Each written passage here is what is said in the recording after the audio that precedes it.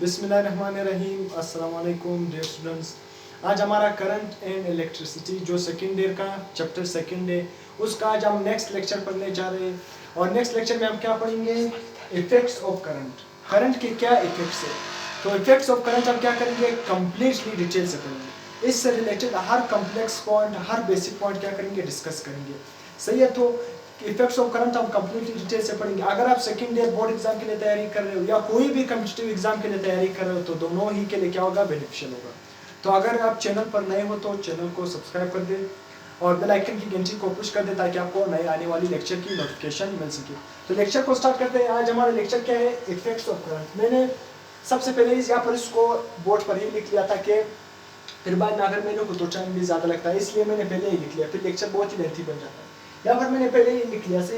यहाँ पर आपको बोर्ड पर बहुत ज़्यादा नजर आ रहा होगा, मगर ये बहुत ही आसान पॉइंट है। आप अपने नोट्स भी बना सकते हो, इसमें इंपॉर्टेंट पॉइंट भी है तो आप लिख भी सकते हो। मैं हर लेक्चर के नोट्स भी आपको प्रोवाइड करता हूँ, इस तरह हर पॉइंट कंप्लीट बेसिक और कम्प्लेक्स पॉइंट बोर्ड पर लिखता हूँ। तो अब हमारे साथ इफेक्ट्स ऑफ करंट, जो बेसिकली इफेक्ट्स ऑफ करंट क्या है, तीन है। बेसिकली मेजर तीन इफेक्ट्स है। सबसे पहला हीटिंग इफेक्ट, फिर मैग्नेटिक इफेक्ट और तीसरा क्या है, केमिकल इफेक्ट। याद रखना सबसे जो मेजर, इन तीनों में मेजर अक्सर हम इसकी जाता है। अगर मेजर इफेक्ट, अगर ये तीनों लिखे होते ऑप्शन में, इन तीनों में से जो सबसे कॉमन और मेजर भी है वो कौन सा है, हीटिंग इफेक्ट। सबसे कॉमन भी है और सबसे मेजर भी है।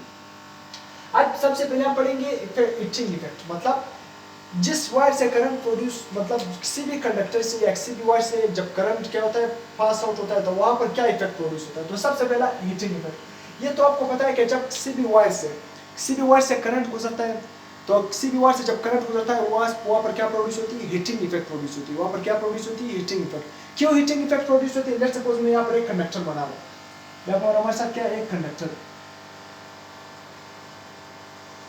ये क्या है, कंडक्टर मैंने यहाँ पर बना लिया, सही है, एक कंडक्टर है, सही है।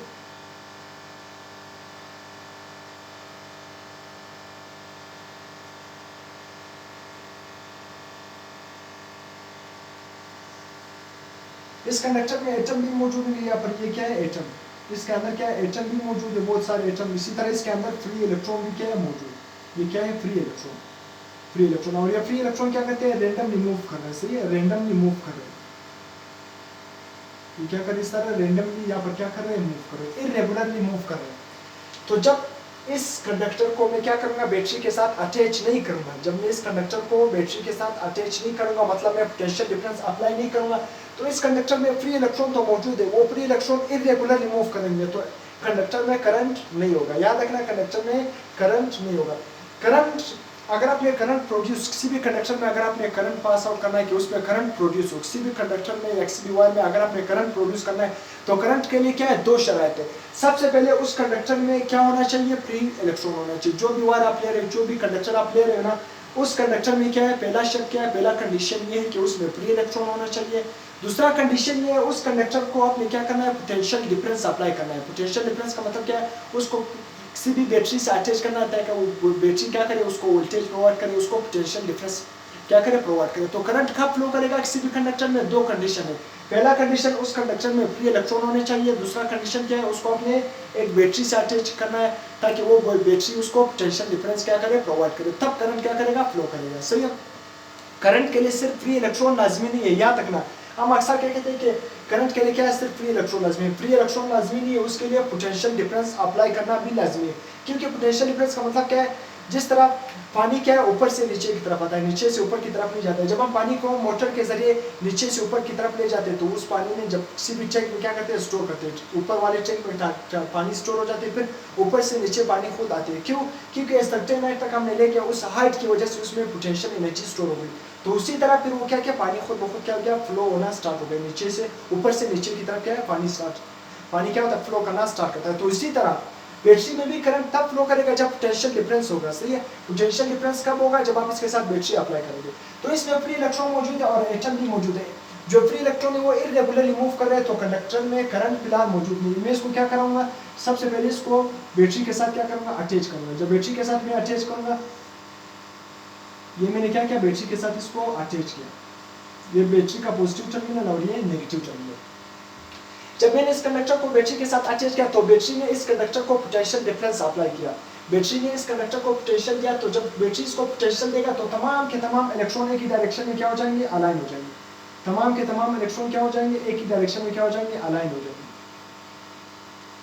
इस कंडक्टर के अंदर इलेक्ट्रॉन क्या हो जाएंगे, अलाइन हो जाएंगे, एक ही डायरेक्शन में अलाइन हो जाएंगे। तो करंट क्या करेगा, इलेक्ट्रॉन क्या करेगा, फ्लो करेगा। जिधर से करंट, किसी भी कंडक्टर में जब करंट फ्लो करता है, जिधर से भी किसी भी एरिया से किसी भी कंडक्टर से जब इलेक्ट्रॉन क्या करते हैं, पास आउट करते हैं, या इलेक्ट्रॉन फ्लो करते हैं, या चार्जेस फ्लो करते हैं, तो उसको हम क्या नाम देते हैं, इलेक्ट्रिक करंट। इलेक्ट्रिक करंट क्या है, जहाँ से इलेक्ट्रॉन पास आउट हो, चार्जेस पास हो। तो इसलिए जब मैंने बैटरी अटैच की तो इलेक्ट्रॉन एक ही डायरेक्शन में अलाइन होगी। तो जब इलेक्ट्रॉन एक ही डायरेक्शन में अलाइन होंगे तो इलेक्ट्रॉन क्या करेगा, यहाँ पर पास आउट, मतलब क्या करेंगे, फ्लो होना स्टार्ट हो जाएंगे, फ्लो होना स्टार्ट हो जाएंगे। मगर इलेक्ट्रॉन क्या करेंगे, जब फ्लो होना स्टार्ट हो जाएंगे तो ये इलेक्ट्रॉन को यहाँ पर रेजिस्टेंस का भी सामना करना पड़ेगा। यहाँ पर जो एटम इसमें मौजूद है, इलेक्ट्रॉन का क्या करेंगे, इस एटम के साथ मॉलिक्यूल के साथ कोलाइड करेंगे। जब ये फ्री इलेक्ट्रॉन इस एटम और मॉलिक्यूल के साथ कोलाइड करेंगे तो इस कोलिजन की वजह से इसको क्या फेस करना पड़ेगा, रेजिस्टेंस। क्या फेस करना पड़ेगा, रेजिस्टेंस। और इसी रेजिस्टेंस की वजह से इस कंडक्टर का टेम्परेचर क्या होता है, हाई हो जाता है। तो इसलिए जब टेम्परेचर हाई हो जाता है तो इसलिए जिधर से भी करंट गुजरता है तो वहां पर हीट प्रोड्यूस होती है, हीटिंग इफेक्ट प्रोड्यूस होती है। तो हीटिंग इफेक्ट क्या है, मैंने यहाँ पर लिखा है कि current passing through a conductor, जब किसी भी कंडक्टर से करंट पास होगा, produce heat in the conductor, उस कंडक्टर में क्या होगी, हीट प्रोड्यूस होगी। जब किसी भी कंडक्टर में क्या होगा, करंट पास होगा तो उस कंडक्टर में हीट प्रोड्यूस होगी। हीट क्यों प्रोड्यूस होगी, क्योंकि फ्री इलेक्ट्रॉन जब क्या करेंगे, फ्लो करेंगे, तो सबसे पहले यहाँ पर एटम भी मौजूद है, तो वो एटम और मॉलिक्यूल के साथ ये फ्री इलेक्ट्रॉन क्या करेंगे, कोलाइड करेंगे, टकराव करेंगे। इस टकराव के नतीजे में वो क्या करेंगे, उसको रेजिस्टेंस का सामना करना पड़ेगा। जब रेजिस्टेंस होगी तो उस रेजिस्टेंस की वजह से उस कंडक्टर का टेम्परेचर क्या हो जाता है, हाई हो जाता है। उस रेजिस्टेंस का, उस कंडक्टर का टेम्परेचर जब हाई हो जाता है तो वहां पर हीटिंग इफेक्ट प्रोड्यूस होती है। ये मैंने आपको पिछले लेक्चर में भी पढ़ा था कि resistance is directly proportional to temperature. Resistance का टेम्परेचर के साथ कौन सा रिलेशन है, डायरेक्ट रिलेशन है। रेजिस्टेंस क्या है, रुकावट। जब ये इलेक्ट्रॉन फ्लो करेंगे तो यहाँ पर एटम के साथ टकराएंगे, जब एटम के साथ कोलाइड करेंगे तो इसको हम क्या नाम देंगे, रेजिस्टेंस। मतलब फ्री इलेक्ट्रॉन को क्या, रुकावट का सामना करना पड़ रहा है, तो इस रुकावट को हम क्या नाम दे रहे हैं, रेजिस्टेंस। तो जितना भी इसमें एटम ज्यादा होंगे, बड़ा कंडक्टर आप लोगे तो एटम भी उतने ज्यादा होंगे, तो वहां पर उतना ही ज्यादा क्या होगा, रेजिस्टेंस होगा, रुकावट होगी। जितना ज्यादा रेजिस्टेंस होगा तो टेम्परेचर भी उतना क्या होगा, ज्यादा बढ़ जाएगा। तो यहाँ पर मैंने क्या लिखा है, इलेक्ट्रॉन कोलाइड विद एटम्स, और मैंने अभी ये तमाम जो अब मैंने बोल दिया, अब मैंने यहाँ पर वर्डिंग में लिखा है कि electron collide with atoms and transfer some energy to atom, thus average kinetic energy of atom increases and temperature of the conductor increases. अब आपको बात समझ आ गई। जब ये फ्री इलेक्ट्रॉन इस एटम और मॉलिक्यूल के साथ क्या करेंगे, कोलाइड करेंगे, टकराव करेंगे, तो उस यहाँ पर जो ये एटम मौजूद है, इस एटम की क्या हो जाएंगे, काइनेटिक एनर्जी बढ़ जाएगी। क्या बढ़ जाएगी, काइनेटिक एनर्जी बढ़ जाएगी। जब इसकी काइनेटिक एनर्जी बढ़ जाएगी, यहाँ पर जो मौजूद एटम है, जब काइनेटिक एनर्जी बढ़ जाएगी तो काइनेटिक एनर्जी की बढ़ने की वजह से कंडक्टर का क्या बढ़ जाएगा, टेम्परेचर बढ़ जाएगा। कंडक्टर का क्या बढ़ जाएगा, टेम्परेचर क्या हो जाएगा, इंक्रीज हो जाएगा। समझ आ गया, ये हीटिंग इफेक्ट। अब हीटिंग इफेक्ट को एक लॉ एक्सप्लेन करता है जिसको हम क्या नाम देते हैं, जॉन्स लॉ। बहुत इंपॉर्टेंट लॉ, अक्सर इसे एमसीक्यूज, तो थ्योरेटिकल एमसीक्यूज भी आते हैं और न्यूमेरिकल के फॉर्म में भी इसे एमसीक्यूज बनते हैं। तो हीटिंग इफेक्ट को कौन एक्सप्लेन करता है, जॉन्स लॉ। हीटिंग इफेक्ट यहाँ पर सिंपल, ये जॉन्स लॉ को हम जे से भी रिप्रेजेंट करते हैं। यहाँ पर एच की जगह आप जे लिखो या एच लिखो, सिंपली क्या है उससे हमने क्या कंफ्यूज हुआ। Heating effect is equal to, चलिए जॉन्स लॉ किससे इक्वल है, heating effect is equal to current multiply by resistance multiply by temperature, और करंट का क्या है, स्क्वायर। करंट का क्या है, स्क्वायर। अब ये लॉ क्या एक्सप्लेन करता है कि हीटिंग इफेक्ट का करंट के साथ भी डायरेक्ट रिलेशन है, और हीटिंग इफेक्ट का रेजिस्टेंस के साथ भी क्या है, डायरेक्ट रिलेशन। इसी तरह हीटिंग इफेक्ट का मतलब टेम्परेचर क्या है, तो टेम्परेचर की वजह से क्या है, हीटिंग इफेक्ट क्या होती है, बढ़ती है, जब टेम्परेचर क्या हो, कांस्टेंट। अब इस लॉ को मैं लास्ट में क्या करूंगा, एक्सप्लेन करूंगा कि हीटिंग इफेक्ट का करंट के साथ किस तरह डायरेक्ट रिलेशन है, हीटिंग इफेक्ट का रेजिस्टेंस के साथ किस तरह रिलेशन है। अगर हम यहाँ पर करंट को कांस्टेंट कर ले तो रेजिस्टेंस को अगर बढ़ा दे, कम कर दे तो क्या इफेक्ट प्रोड्यूस होगा। तो इस लॉ को मैं लास्ट में इससे रिलेटेड एमसीक्यूज आपको बताऊंगा कि इस लॉ से एमसीक्यूज किस तरह आता है। तो आपने सबसे पहले जॉन्स लॉ को याद रखना है कि जॉन्स लॉ किसके इक्वल है, Joule's law is equal to current का square multiply by resistance multiply by temperature. ये ठीक है, टेंपरेचर है, सही है। तो यहाँ पर इसके एप्लीकेशन, हीटिंग इफेक्ट किस चीज में प्रोड्यूस होती है, इलेक्ट्रिक हीटर में प्रोड्यूस। आपने इलेक्ट्रिक हीटर देखा होगा, इसी तरह इलेक्ट्रिक आयरन से आयरन आपने देखा होगा, वहाँ पर हीट प्रोड्यूस होती है, इसलिए बल्ब वगैरह, फिलामेंट बल्ब वगैरह, ये सारे क्या है, इसके एप्लीकेशन है, बहुत सारे और भी है। अब इसके बाद दूसरा जो इफेक्ट्स ऑफ करंट, दूसरा इफेक्ट क्या है, मैग्नेटिक इफेक्ट। अब मैग्नेटिक इफेक्ट, इससे आने वाला जो नेक्स्ट चैप्टर होगा इलेक्ट्रोमैग्नेटिज्म, वहाँ पर हम मैग्नेटिक इफेक्ट को, एम्पेयर लॉ, वहाँ पर इसको हम डिटेल से पढ़ेंगे। मगर यहाँ पर मैं सिर्फ बताऊंगा कि मैग्नेटिक इफेक्ट है क्या, ज्यादा डीप में हम नहीं जा रहे, सही है। तो मैग्नेटिक इफेक्ट क्या है? Current passes through a conductor produce magnetic field around the conductor. याद रखना ये भी है, अब नेक्स्ट चैप्टर में इलेक्ट्रोमैग्नेटिज्म में हम पढ़ेंगे डिटेल से कि जब किसी भी कंडक्टर से जब करंट क्या होगा? पास होगा। किसी भी कंडक्टर में जब करंट पास होगा तो उसके कंडक्टर के इर्द गिर्द क्या प्रोड्यूस होगा? मैग्नेटिक फील्ड प्रोड्यूस होगा। आपने कभी देखा होगा जिस तरह मैग्नेट भी देखा होगा, उसके इर्द क्या मौजूद है? मैग्नेटिक फील्ड मौजूद है, सही है। इसी तरह करंट का जो इफेक्ट है, यहाँ पर हम कौन सा इफेक्ट पड़ रहा है? करंट का इफेक्ट पड़ रहा है। तो करंट जब किसी भी कंडक्टर से पास होगा, जब करंट किसी भी कंडक्टर से पास होगा तो उस कंडक्टर के इर्द क्या प्रोड्यूस होगी? मैग्नेटिक फील्ड प्रोड्यूस होगी। उस मैग्नेटिक फील्ड को हम किस तरह डिटेक्ट करते हैं? कंपास के जरिए क्या करते हैं? डिटेक्ट करते हैं। लेट्स सपोज यहाँ पर एक कंडक्टर है, सही है, ये क्या है? एक कंडक्टर है। जब इस कंडक्टर से क्या होगा? करंट क्या होगा? पास होगा। करंट क्या होगा? पास होगा। करंट पास होने का मतलब क्या है? उससे इलेक्ट्रॉन क्या होंगे? जब करंट पास होगा तो इसके इर्द क्या प्रोड्यूस होगा? मैग्नेटिक फील्ड क्या होगी? इस तरह प्रोड्यूस होगी। इसके इर्द क्या प्रोड्यूस होगी? Magnetic field. और इस मैग्नेटिक फील्ड को हम किस चीज से डिटेक्ट करते हैं? किस चीज से मालूम करते हैं? कंपास से क्या करते हैं? मालूम करते हैं, सही है। तो इसको आपने याद रखना है कि करंट का दूसरा इफेक्ट क्या है? जब भी किसी कंडक्टर से करंट पास होगा उस कंडक्टर के इर्द क्या प्रोड्यूस होगा? मैग्नेटिक फील्ड प्रोड्यूस होगा, सही है। और यहाँ पर मैग्नेटिक फील्ड को इसी तरह ये मैग्नेटिक इफेक्ट को कौन एक्सप्लेन कर रहा है? Ampere law. इसको हम नेक्स्ट आने वाले चैप्टर में डिटेल से पढ़ेंगे, सही। एम्पेयर लॉ ये क्या बता रहे हैं कि magnetic field is equal to, ये हमारे साथ क्या है? कांस्टेंट, जिसको हम म्यू नॉट कहते हैं, multiply by current divided by 2 pi multiply by R. R हमारे साथ क्या है? डिस्टेंस। वहां पर आने वाले जो चैप्टर है उस वहां पर इसको हम डिटेल से पढ़ेंगे, सही। यहाँ पर मैं सिंपल बता रहा हूँ कि क्या है एम्पेयर लॉ। क्या है Ampere law? Magnetic field is equal to mu naught multiply by current divided by 2 pi multiply by R. R हमारे साथ क्या है? डिस्टेंस। अब ये लॉ हमें क्या बता रहे हैं? ये लॉ में ये बता रहे, एम्पेयर लॉ में ये बता रहे कि मैग्नेटिक फील्ड का डिस्टेंस के साथ इनवर्स रिलेशन है। मैग्नेटिक फील्ड का डिस्टेंस आर हमारे साथ क्या है? डिस्टेंस के साथ क्या है? इनवर्स रिलेशन है। इनवर्स रिलेशन का मतलब ये है, अगर आपने डिस्टेंस बढ़ा दिया, अगर आपने डिस्टेंस को क्या कर दिया? बढ़ा दिया, तो मैग्नेटिक फील्ड क्या हो जाएगी? कम हो जाएगी। मैग्नेटिक फील्ड क्या हो जाएगी? कम। लेट्स सपोज यहाँ पर पहले आप यहाँ पर मैग्नेटिक फील्ड देख रहे हो, अगर आप लेट्स सपोज दूर चले जाओ, यहाँ पर आ जाओ, तो यहाँ पर आपने डिस्टेंस को बढ़ा दिया तो इस पॉइंट पर मैग्नेटिक फील्ड क्या है? वीक है। अगर आपने क्या किया? डिस्टेंस को कम कर दिया, मतलब अब इस पॉइंट से वापस इस पॉइंट तक आ गया, तो इस पॉइंट पे आपने डिस्टेंस को क्या किया? पहले इतनी आप दूर थे मैग्नेटिक, मतलब इस कंडक्टर से आप दूर थे, तो अब जब वापस इस कंडक्टर के करीब आ जाओगे तो यहाँ पर आपने डिस्टेंस क्या किया? कम किया, मतलब करीब आ गए। जब डिस्टेंस कम होगा तो मैग्नेटिक फील्ड क्या हो जाएगी? स्ट्रॉन्ग हो जाएगी। तो इसलिए डिस्टेंस के बढ़ने से मैग्नेटिक फील्ड क्या होती है? वीकर होती है, मैग्नेटिक फील्ड कम होती है। इसको इनवर्स रिलेशन कहते हैं। दूसरा हमारे साथ क्या है? Magnetic field is directly proportional to current. याद रखना, जितना किसी भी कंडक्टर से ज्यादा करंट फ्लो करेगा उतना ही ज्यादा मैग्नेटिक फील्ड प्रोड्यूस होगा। अगर किसी भी कंडक्टर में कम करंट फ्लो करेगा तो मैग्नेटिक फील्ड भी उतना क्या होगा? कम प्रोड्यूस होगा।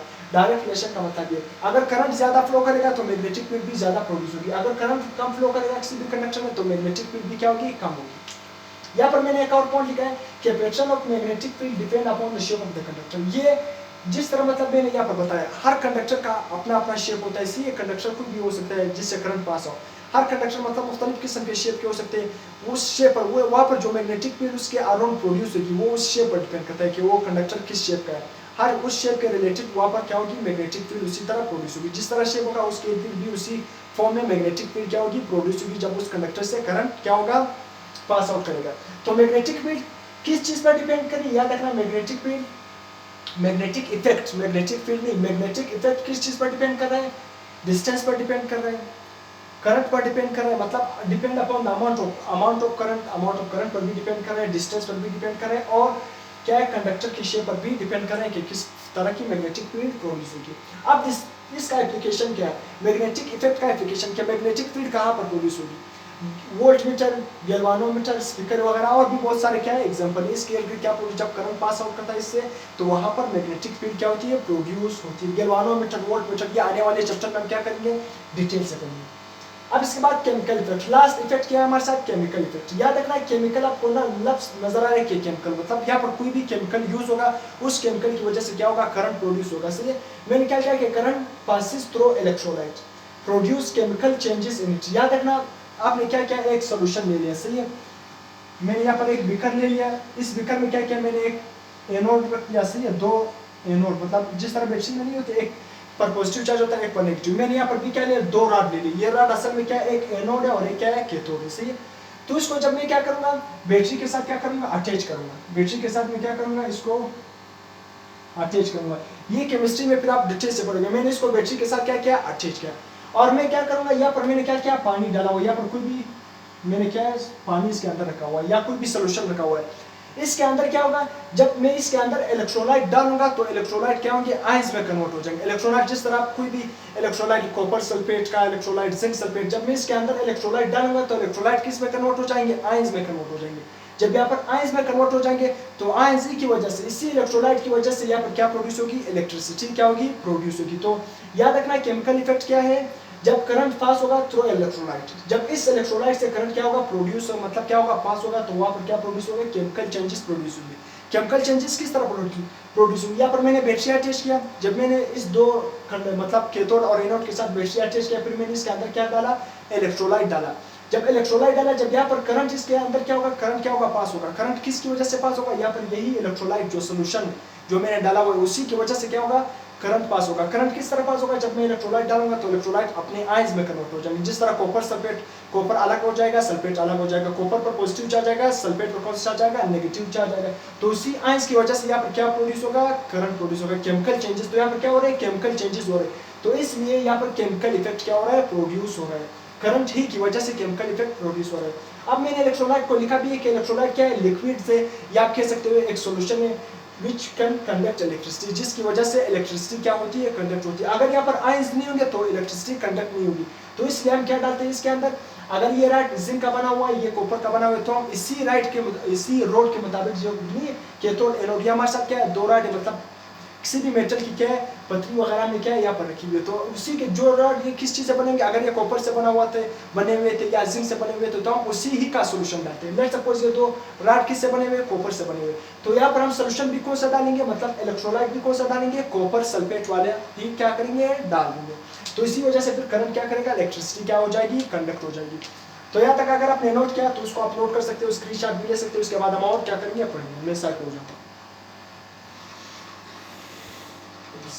अब यहाँ पर मैंने हीटिंग इफेक्ट का क्या लिख लिया, फार्मूला लिख लिया कि heating effect is equal to current का square multiply by resistance multiply by temperature. इसको आप जे से भी रिप्रेजेंट करते हुए, हमारे साथ क्या है, जॉल्स लॉ। इससे अक्सर एमसीक्यूज भी आते हैं, मतलब यहाँ पर आपको करंट भी देकर, रेजिस्टेंस भी देकर, टेम्परेचर भी देकर क्या आपसे पूछता है कि what will be the heating effect, या तो फिर आपने ये वाला फार्मूला को यूज़ करना है, जॉल्स ला यूज़ करना है। अगर आपको टेम्परेचर भी गिवन था, रेजिस्टेंस भी गिवन था, करंट भी गिवन था, और आपसे पूछता था कि हीटिंग इफेक्ट क्या होगी, तो तब आपने ये वाला फार्मूला यूज़ करना है। अब यहाँ पर मैंने बताया कि हीटिंग इफेक्ट का डायरेक्ट रिलेशन होगा करंट के स्क्वायर के साथ। कब, जब रेजिस्टेंस क्या हो, कांस्टेंट। अगर कंडीशन आपको बताई हो कि रेजिस्टेंस कांस्टेंट है, तब क्या होगा, हीटिंग इफेक्ट का करंट के स्क्वायर के साथ क्या होगा, डायरेक्ट रिलेशन होगा। इसी तरह हीटिंग इफेक्ट का रेजिस्टेंस के साथ भी क्या है, डायरेक्ट रिलेशन, जब क्या हो, करंट कांस्टेंट हो। जब क्या कांस्टेंट हो, करंट कांस्टेंट हो। ये आपने याद करना है। अब इसी को आपने क्या करना है, समझना है। अब यहाँ पर मैंने एक एमसीक्यूज लिखा है, अब इस एमसीक्यूज का आप आंसर दो। अक्सर इस तरह कॉम्पिटिटिव एग्जाम में जॉल्स लॉ से रिलेटेड इस तरह एमसीक्यूज आते हैं। मैंने क्या लिखा है, when resistance is half what will be the heating effect. जब मैं रेजिस्टेंस को हाफ कर दूं तो हीटिंग इफेक्ट पर क्या इफेक्ट होगी, मतलब हीटिंग इफेक्ट पर कौन सा असर होगा। हीटिंग इफेक्ट बढ़ जाएगी, कम हो जाएगी, डबल हो जाएगी, ट्रिपल हो जाएगी, हाफ हो जाएगी, मगर क्या सेम रहेगी, कांस्टेंट। रेजिस्टेंस हाफ करने का मतलब क्या है, मैंने आपको इससे पिछले लेक्चर में भी बताया, रेजिस्टेंस वाले लेक्चर में, कि मैंने बताया कि रेजिस्टेंस का लेंथ के साथ कौन सा रिलेशन है, डायरेक्ट रिलेशन है। अगर आप रेजिस्टेंस को हाफ कर दोगे, इसका मतलब क्या है, आपने उस लेंथ का, उस वायर का लेंथ को क्या कर दिया, हाफ कर दिया। तो यहाँ पर इस स्टेटमेंट को इस तरह भी लिख सकता है, रेजिस्टेंस का हाफ होने का मतलब ये है कि आपने क्या कर दिया, लेंथ को क्या कर दिया, हाफ कर दिया। सही है, क्योंकि अगर आपने पहले लेट सपोज ये वायर है ना, इसका ये वायर, इसका लेंथ ये है, अगर मैं इस लेंथ को क्या कर दूं, हाफ कर दूं, आधा कर दूं, लेंथ का अगर मैंने हाफ कर दिया मतलब मैंने लेंथ को कम कर दिया, तो रेजिस्टेंस भी क्या हो जाएगी, कम हो जाएगी, हाफ हो जाएगी, क्योंकि रेजिस्टेंस और लेंथ के दरमियान कौन सा रिलेशन है, डायरेक्ट रिलेशन है। तो यहाँ पर ये भी लिख सकता है, when the length of the wire is half what will be the heating effect. Heating effect पर क्या असर होगा, अगर आपने लेंथ को हाफ कर दिया, इसका मतलब क्या है, आपने रेजिस्टेंस को हाफ कर दिया। सही है, तो मुख्तलिफ किस्म के वर्डिंग यहाँ पर यूज हो सकते हैं। तो यहाँ पर मैं इस फार्मूले को अभी यूज कर रहा हूँ। सही है, Joule's law, H is equal to I square resistance temperature. सही है, टेम्परेचर तो यहाँ पर जिक्र किया हुआ नहीं हुआ, तो टेम्परेचर क्या होगी, हीटिंग इफेक्ट की वजह से क्या होगी, बढ़ जाएगी। अब यहाँ पर जो मेन रिलेशन होगा वो आप करंट और रेजिस्टेंस क्या करेगा, यहाँ पर रोल अदा करेगा। इस एमसीक्यूज में कई तौर पर आपको लिखा हुआ है कि रेजिस्टेंस क्या है, कांस्टेंट, मतलब रेजिस्टेंस को तो उसने हाफ किया। इस रिलेशन में कई तौर पर यहाँ पर लिखा हुआ है कि करंट कांस्टेंट है, यानी नहीं लिखा हुआ है, करंट क्या लिखा हुआ है, यहाँ पर नहीं लिखा हुआ है कि करंट कांस्टेंट है क्या नहीं, मतलब यहाँ पर लिखा नहीं हुआ है कि करंट कांस्टेंट है क्या नहीं। यहाँ पर सिंपल क्या लिखा हुआ है कि हमने रेजिस्टेंस को हाफ कर दिया। यहाँ पर लिख सकता है कि जब हम लेंथ की वायर को हाफ कर दे तो हीटिंग इफेक्ट क्या होगी। तो बाकी यहाँ पर स्टेटमेंट में ये नहीं लिखा है कि हमने करंट को क्या रख लिया, कांस्टेंट रख लिया। तो अब मैं यहाँ पर इसका आंसर फाइंड करूंगा। तो इसका आंसर डबल होगा, सेम होगा, 4 टाइम होगा, नन होगा, कौन सा ऑप्शन होगा। तो अब मैं इसको सॉल्व कर रहा हूँ। उसने क्या किया, रेजिस्टेंस को हाफ कर दिया। जब रेजिस्टेंस को हाफ करेगा ना तो करंट क्या हो जाएगी, बढ़ जाएगी। रेजिस्टेंस हाफ करने का मतलब क्या है, रेजिस्टेंस को कम कर दिया। जिधर रेजिस्टेंस कम होगी तो वहां पर करंट क्या हो जाएगा, ज्यादा हो जाएगा। करंट क्या हो जाएगा, ज्यादा। ये आपको मैंने बताया भी था कि रेजिस्टेंस का मतलब क्या है, करंट के लिए अपोजिशन। करंट को जो रुकावट मिलती है उसको हम क्या नाम देते हैं, रेजिस्टेंस। अगर हम रेजिस्टेंस को कम कर देंगे तो करंट क्या हो जाएगा, बढ़ जाएगा या नहीं। तो इसलिए अगर मैं रेजिस्टेंस को R/2 करूंगा, मतलब रेजिस्टेंस को हाफ करूंगा, तो याद रखना करंट क्या हो जाएगा, 2 टाइम क्या हो जाएगा, इंक्रीज हो जाएगा। करंट क्या हो जाएगा, डबल हो जाएगा। करंट क्या हो जाएगा, 2 टाइम हो जाएगा। सही है। तो इसलिए अब मैं इस इक्वेशन में पुट कर रहा हूं। सही है। Heating effect is equal to current क्या हो जाएगा, 2 टाइम। तो करंट का स्क्वायर है। सही, यहाँ पर करंट का स्क्वायर मल्टीप्लाई बाय रेजिस्टेंस को उसने क्या किया, यहाँ पर आपको बताया भी कि रेजिस्टेंस को हाफ कर दिया। तो रेजिस्टेंस क्या हो गया, R/2 multiply by temperature. Temperature आप लिखो या ना लिखो तो उस तरह उससे मसला नहीं। तो यहाँ पर क्या होगा, 2 का स्क्वायर क्या होगा, 4। तो यहाँ पर मैं लिख रहा हूँ 4 multiply by resistance divided by 2 temperature is equal to H। सही है। तो ये 2 1s are 2 2 2s are 4। तो यहाँ पर आंसर क्या आ गया, heating effect is equal to 2R। मतलब हीटिंग इफेक्ट क्या हो गया, सिंपल 2 गुना क्या हो गया, बढ़ गया। हीटिंग इफेक्ट क्या हो गया, 2 गुना बढ़ गया। आप RT लिखो ना, हीटिंग इफेक्ट क्या होगा, हीटिंग इफेक्ट क्या हो गया, पहले से कितना गुना बढ़ गया, 2 गुना बढ़ गया। हीटिंग इफेक्ट पहले से 2 गुना बढ़ गया। तो यहाँ पर कौन सा ऑप्शन होगा, डबल वाला ऑप्शन क्या होगा, करेक्ट होगा। हीटिंग इफेक्ट क्या होगी, डबल होगी।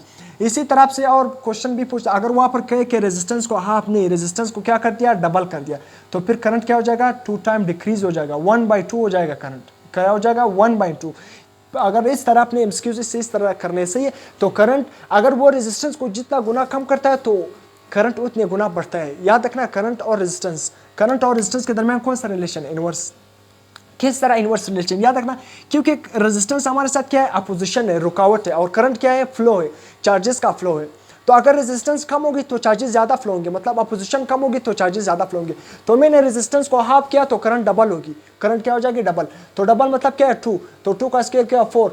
2 से 2 1s are 2 2s are 4। तो करंट हीटिंग इफेक्ट क्या होगी, 2 टाइम। इसी तरह इससे रिलेटेड अगर वो आपसे पूछे कि हम रेजिस्टेंस को बढ़ा दे, तो अगर रेजिस्टेंस को बढ़ा देगा तो करंट उतने टाइम कम हो जाएगा। अगर रेजिस्टेंस को डबल कर दिया तो करंट 2 टाइम क्या हो जाएगी, डिक्रीज हो गया। और 2 टाइम का आपने क्या लेना है, 1/2 का आपने स्क्वायर भी लेना है, फिर जो आंसर आएगा वही क्या होगा, हीटिंग इफेक्ट। तो इससे रिलेटेड इस तरह अक्सर एमसीक्यूज आते हैं। मैंने यहाँ पर एक लिख लिया, तो इस तरह जनरल एमसीक्यूज इससे आते हैं। तो आपने इससे रिलेटेड खुद भी एमसीक्यूज करने हैं।